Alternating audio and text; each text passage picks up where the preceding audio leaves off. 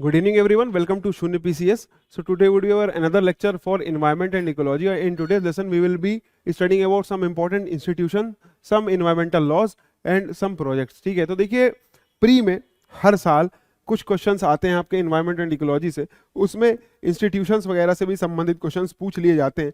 इनमें क्या पूछा जाता है, इनमें पूछा जाता है कि ये बने कब थे, किस प्रकार की बॉडी है, कौन इनका चेयरपर्सन होता है, क्या इनका काम है, यही सारी चीजें जो है वह पूछी जाती हैं। इसके अलावा इसमें कुछ खास पूछा नहीं जाता। तो यही हम जो कुछ इंपॉर्टेंट इंस्टीट्यूशन जो एनवायरनमेंट से रिलेटेड हैं, हमारे एनिमल कंजर्वेशन वगैरह इन चीज़ों से जो संबंधित हैं, हम उनके बारे में आज जो है जानकारी लेने वाले हैं। ठीक है ना, तो चलिए देखते हैं सबसे पहले हमारी सेंट्रल जू अथॉरिटी के बारे में। तो देखिए सेंट्रल जू अथॉरिटी जो है ये किस प्रकार की बॉडी है, ये है एक स्टैट्यूटरी बॉडी। स्टैट्यूटरी बॉडी का मतलब क्या होता है, ऐसी कोई बॉडी जो किसी लॉ के चलते बनती है। मतलब कोई एक लॉ बनाया, पार्लियामेंट ने एक लॉ पास किया या स्टेट गवर्नमेंट ने, स्टेट असेंबली ने कोई एक जो है लॉ पास किया, अब उस लॉ के तहत मैंडेटेड है कि आप जो है एक ये बॉडी बना दे, उसको हम क्या कहते हैं, स्टैट्यूटरी बॉडी या विधिक संस्थान। ठीक है ना, तो CZA या सेंट्रल जू अथॉरिटी क्या है, एक स्टैट्यूटरी बॉडी है। कौन से एक्ट के तहत बनाई गई है, तो वाइल्ड लाइफ प्रोटेक्शन एक्ट जो 1972 का है उसके तहत इसे बनाया गया है।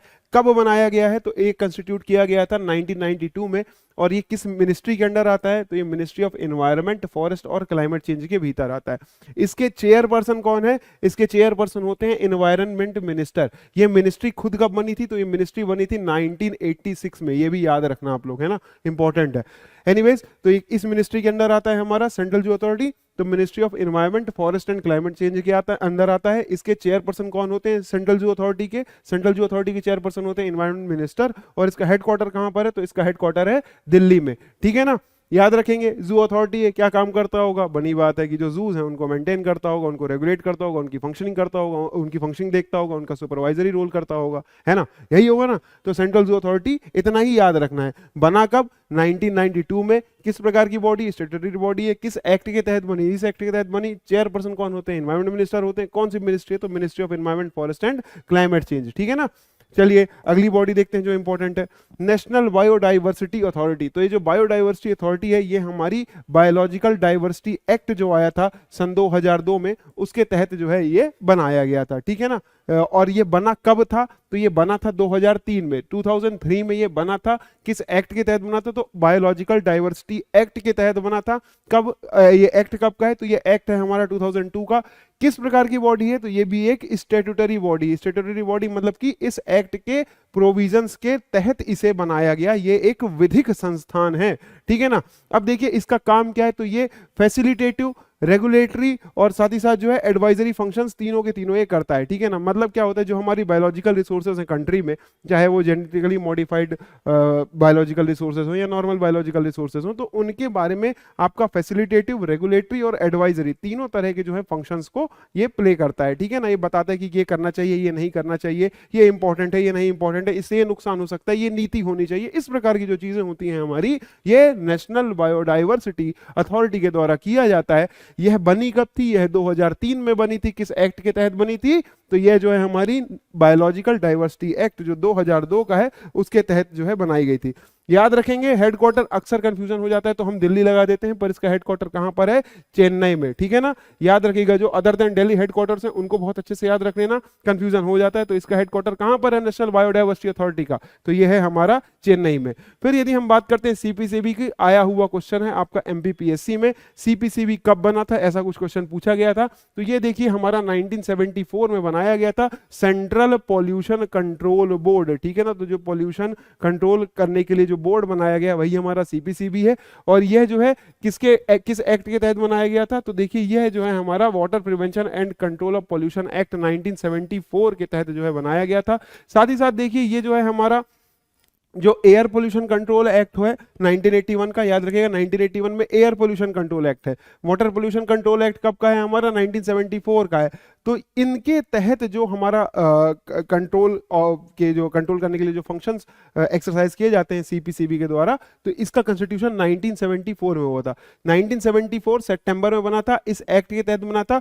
पर ये जो है हमारा एयर कंट्रोल एक्ट के जो प्रोविजंस हैं उनको भी कैरी आउट करता है। साथ ही साथ देखिए जो है हमारा ministry of environment and forest को ये जो है टेक्निकल सर्विसेज भी देता है। और ये देखिए इन्वायरमेंट प्रोटेक्शन एक्ट जो है कब का, 1986 का, इसके तहत जो है टेक्निकल असिस्टेंस देने का भी काम करता है। क्या, हमारा सीपीसीबी। इसका हेडक्वार्टर कब कहां पर है, तो इसका हेडक्वार्टर है हमारा नई दिल्ली में। ये आपको याद रखना है, इंपॉर्टेंट इंफॉर्मेशन है।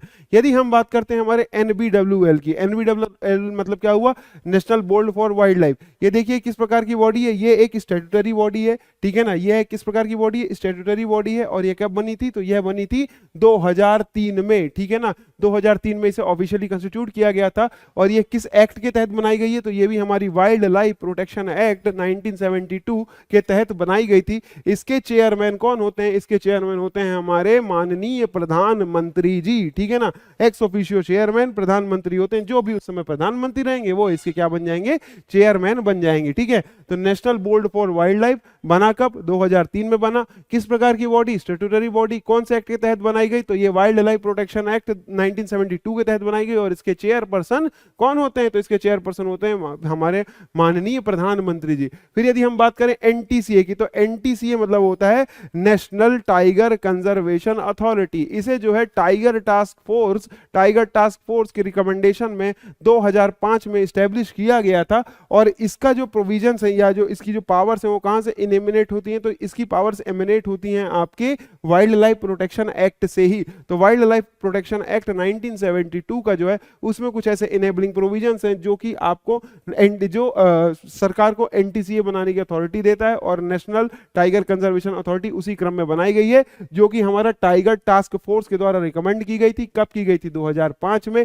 इसके चेयरपर्सन कौन होते हैं, तो इसके चेयरपर्सन जो एनवायरमेंट मिनिस्टर हैं हमारे, वही इसके चेयरपर्सन होते हैं। इसका हेडक्वार्टर कहां पर है, तो इसका हेडक्वार्टर है हमारा कहां पर, नई दिल्ली में, ठीक है ना। याद रखना है, सारी चीजें इंपॉर्टेंट हैं एग्जामिनेशन पॉइंट ऑफ व्यू से।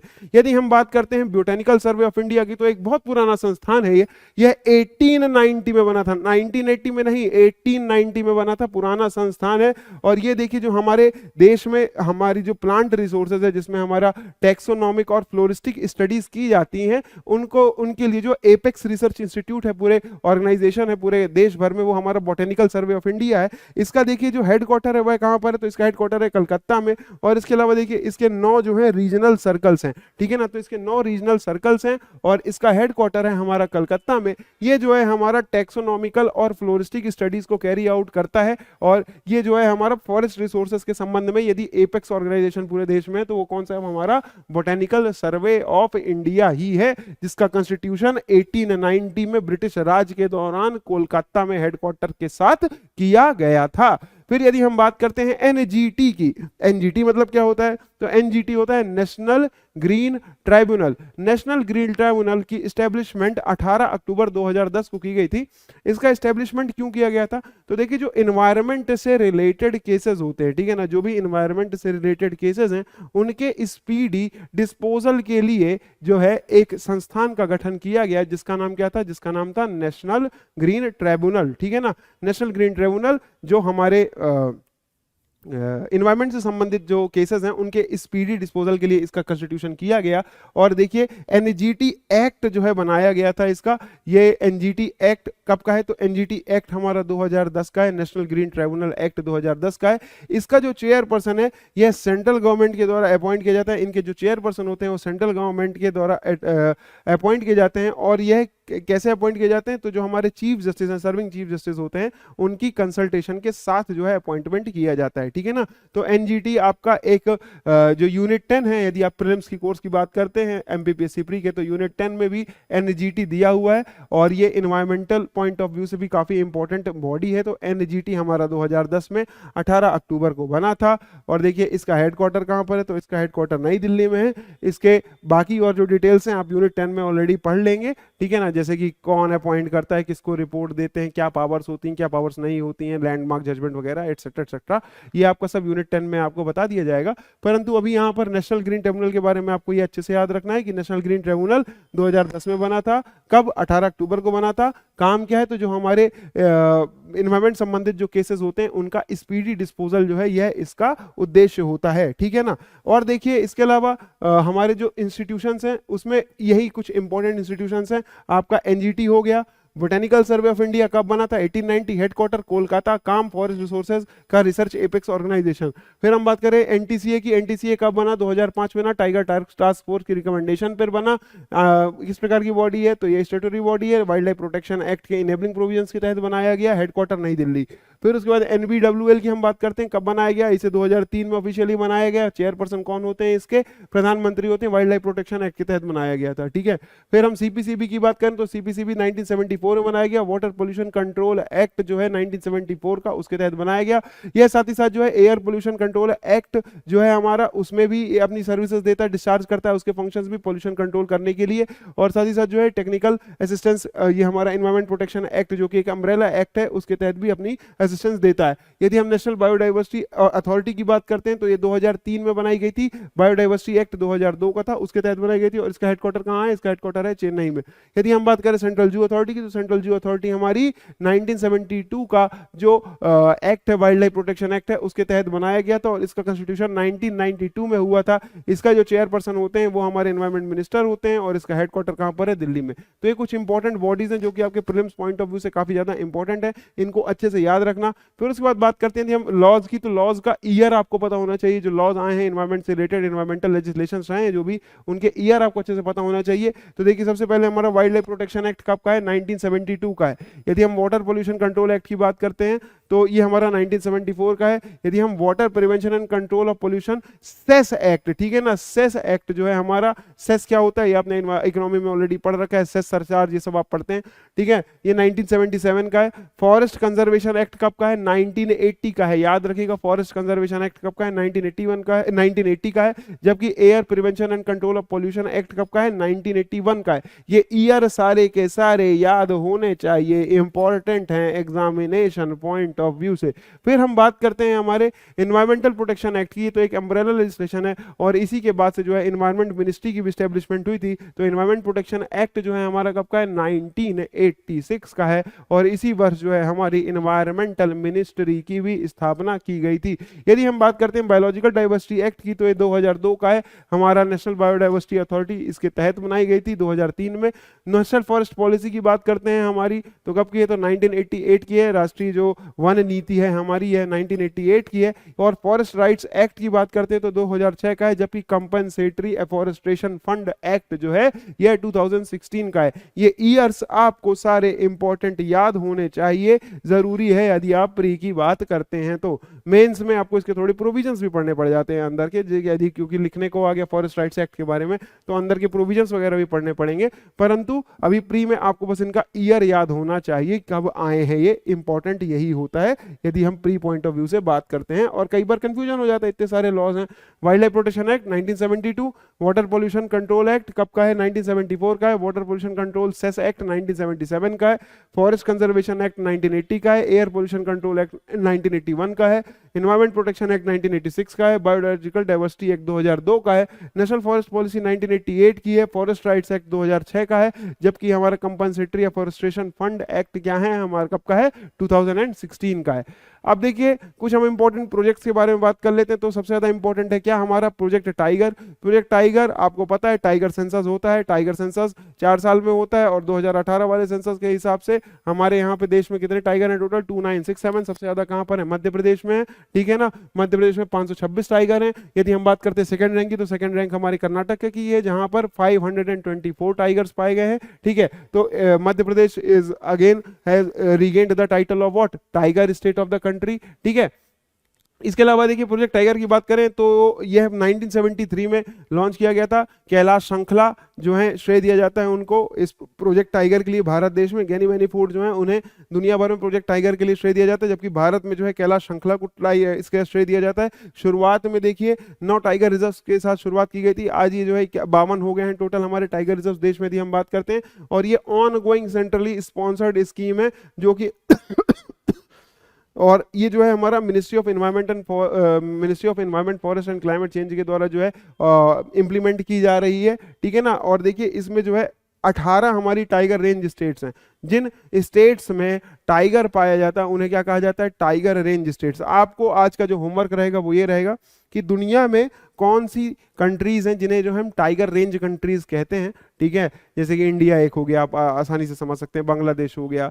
तो इस प्रकार से कुल जितनी कंट्रीज जिन्हें टाइगर रेंज कंट्रीज कहा जाता है, आपको सर्च करना है कि किन में जो है टाइगर पाए जाते हैं। ये आपको लिस्ट बना करके रखना है, क्योंकि इस तरह से क्वेश्चन जो है ऑलरेडी एक बार यूपीएससी में डॉल्फिन से रिलेटेड पूछा जा चुका है, हो सकता है मध्य प्रदेश में पूछ ले, तो आपको पता होना चाहिए, ठीक है। फिर उसके बाद देखिए, यदि हम बात करते हैं टाइगर सेंसस की, तो हर 4 साल में टाइगर सेंसस होता है। किसके द्वारा कराया जाता है, तो हमारा national tiger conservation authority NTCA के द्वारा इसे करवाया जाता है, ठीक है। और देखिए जो पहला सेंसस था 2006 में कराया गया था, और उस समय देखिए हमारे टाइगर्स की संख्या बहुत कम बची थी, 1411 बची थी। आज जो है फिर उसके बाद TX×2 कार्यक्रम चलाया गया था, TX2 कार्यक्रम चलाया गया था, ठीक है ना। TX2 क्या था इसका उद्देश्य, तो इसका उद्देश्य ये था कि जो टाइगर्स की संख्या है उसको डबल करना है हमें, ठीक है। और इसका जिसको जो है बिफोर टाइम लिमिट जो है इंडिया ने इसे अचीव किया, और 2018 में जो है हमारे 2967 टाइगर से, जबकि 2006 में 1411 बचे थे, आपको याद होगा। जो तो उसमें कई बार जो सेलिब्रिटीज रहते थे बड़े बड़े, जैसे अमिताभ बच्चन जी हो गए, सचिन तेंदुलकर, इन सबको जो है ये स्पॉन्सर करते थे। टाइगर वाली वो टी शर्ट आती थी, ओनली 1411 लेफ्ट ऐसा करके, और ये बताया करते थे कि टाइगर्स की संख्या कम हो गई। तो जागरूकता फैलाने के लिए किए गए थे एफर्ट्स, और साथ ही साथ उसके बाद से सेंट्रल गवर्नमेंट ने इसको जो है मिशन मोड में काम किया, और आज टाइगर्स की संख्या जो है हमारी मोर देन डबल हो चुकी है। यदि हम हमारे भारत देश की बात करते हैं तो 2967 टोटल नंबर ऑफ टाइगर्स हैं हमारे देश में, जिसमें सबसे ज्यादा कहां पर है, मध्य प्रदेश। मध्य प्रदेश में चीते भी सबसे ज्यादा हैं, कितने हैं, 8 है ना, और अभी 12 और ला रहे हैं, याद रखिएगा। कहां पर हैं चीते, चीते कहां है, कूनो पालपुर में। कूनो पालपुर कहां है, श्योपुर में, ठीक है। ये सारी चीजें याद रखना इंपॉर्टेंट है। सेकंड नंबर में हमारा उत्तराखंड है, सेकंड नंबर में हमारा कर्नाटका है 524 टाइगर्स के साथ, और यदि हम उत्तराखंड की बात करते हैं तो वो 3rd नंबर में है, और जहां पर हमारे 442 टाइगर्स हैं, 442 टाइगर वहां पर पाए जाते हैं, ठीक है ना। ये टाइगर रिकॉर्ड किए गए, सॉरी, कब के सेंसस में, 2018 वाले सेंसस में। 2022 का फिर आ जाएगा अभी कुछ समय बाद, फिर आप देखते हैं नया डेटा क्या आता है। प्रोजेक्ट एलिफेंट की बात करें तो प्रोजेक्ट एलिफेंट, हमारा एलिफेंट जैसे हमारा नेशनल एनिमल क्या है, टाइगर है, वैसे एलिफेंट क्या है हमारा, तो ये हमारा नेशनल हेरिटेज एनिमल है। क्या, एलिफेंट, ठीक है ना, हेरिटेज एनिमल हमारा एलिफेंट है। तो प्रोजेक्ट एलिफेंट जो है यह कब से चालू किया गया था, तो 1992 से चालू किया गया था। और देखिए 2017 में जो एलिफेंट सेंसस हुआ था उसके हिसाब से सबसे ज्यादा टाइगर एलिफेंट्स कहाँ पर है, तो सबसे ज्यादा एलिफेंट्स है हमारे कर्नाटका में, ठीक है, जहां पर लगभग 6049 एलिफेंट्स पाए गए। सेकंड नंबर में देखिए आसाम है, जहां पर 5719 एलिफेंट्स पाए गए, और 3rd नंबर में क्या है हमारा केरला है, जहां पर 3054 एलिफेंट्स पाए गए, ठीक है ना। तो ये जो है प्रोजेक्ट एलिफेंट कब से चालू हुआ था, 1992 में चालू हुआ था। इंटरनेशनल कन्वेंशन कौन सा था, वो था माइक, याद हो आपको, तो monitoring of illegal killing of elephants कब से चालू हुआ था, 2003 के तहत से चालू हुआ था। ये साइट्स के तहत था, लाया गया था ये प्रोग्राम, माइक प्रोग्राम जो है 2003 में लाया गया था, साइट्स के तहत लाया गया था। साइट्स क्या था, convention on illegal trade off endangered species, जो साइट्स था इसके तहत लाया गया था माइक प्रोग्राम 2003 में, monitoring of illegal killing of animals of elephants. 1992 में देखिए प्रोजेक्ट एलिफेंट लाया गया, ये हमारा हेरिटेज एनिमल है एलिफेंट। सबसे ज्यादा एलिफेंट कहाँ पाए जाते हैं, कर्नाटक में पाए जाते हैं। दूसरे नंबर में आसाम आता है, तीसरे नंबर में केरल आता है। कितने पाए जाते हैं, कर्नाटक में 6049 पाए जाते हैं, आसाम में 5719 पाए जाते हैं, जबकि केरल में 3054 एलिफेंट जो है पाए जाते नहीं, मतलब पाए गए थे। 2017 में जो सेंसस हुआ था उसमें इतने पाए गए थे, ठीक है ना। अब और कम हो गए होंगे या ज्यादा हो गए होंगे, जो भी हो गए होंगे वो अगले सेंसस में हमें पता चल जाएगा, ठीक है। ये देखिए यदि हम बात करें मध्य प्रदेश की, तो मध्य प्रदेश में बहुत कम था काउंट, ठीक है। चलिए फिर उसके बाद और अन्य जो प्रोजेक्ट्स हैं इनके बारे में थोड़ा सा इनका सन याद कर लीजिए। तो क्रोकोडाइल कंजर्वेशन प्रोजेक्ट कब का है, तो क्रोकोडाइल कंजर्वेशन प्रोजेक्ट जो है हमारा 1975 का है। यदि हम बात करते हैं सी टर्टल प्रोजेक्ट जो है कब का है, तो 1999 का है। प्रोजेक्ट स्नो लेपर्ड कब का है, तो 2009 का है। और प्रोजेक्ट डॉल्फिन कब का है, 2019 का है, ठीक है ना। तो इस प्रकार के कुछ इंपॉर्टेंट प्रोजेक्ट्स हैं, फ्लैगशिप प्रोजेक्ट्स हैं, जो कि सेंट्रल गवर्नमेंट के द्वारा स्पॉन्सर किए जा रहे हैं। और इनका उद्देश्य क्या है, इनका उद्देश्य है जो हमारी फास्ट डिप्लीटिंग पॉपुलेशन है इन पर्टिकुलर स्पीसीज की, उनको जो है स्टेबल करना और साथ ही साथ रीस्टोर करना जो है इसका एम है, और इकोलॉजिकल डाइवर्सिटी को ओवरऑल जो है फ्लोरिश करना, ये इनका एम है। ठीक है, तो देखिए ये कुछ हमारे अन्य प्रोजेक्ट थे। और इसके अलावा देखिए ये प्रीलिम्स में आपके इंस्टीट्यूट्स पूछे जाते हैं, ये एक्ट्स वगैरह के ईयर पूछ लिए जाते हैं, और साथ ही साथ ये प्रोजेक्ट्स वगैरह के बारे में पूछ लिया जाता है। तो इनके सबके ईयर वगैरह बहुत अच्छे से याद कर लीजिएगा, इंपॉर्टेंट है। और आई होप आपको ये लेक्चर अच्छा लगा हो। If so, then please do like, subscribe, share and comment. And if you have any queries, then please let us know by commenting below. And I really hope that you like this lecture, and thanks for watching. Stay tuned with Shun PCS.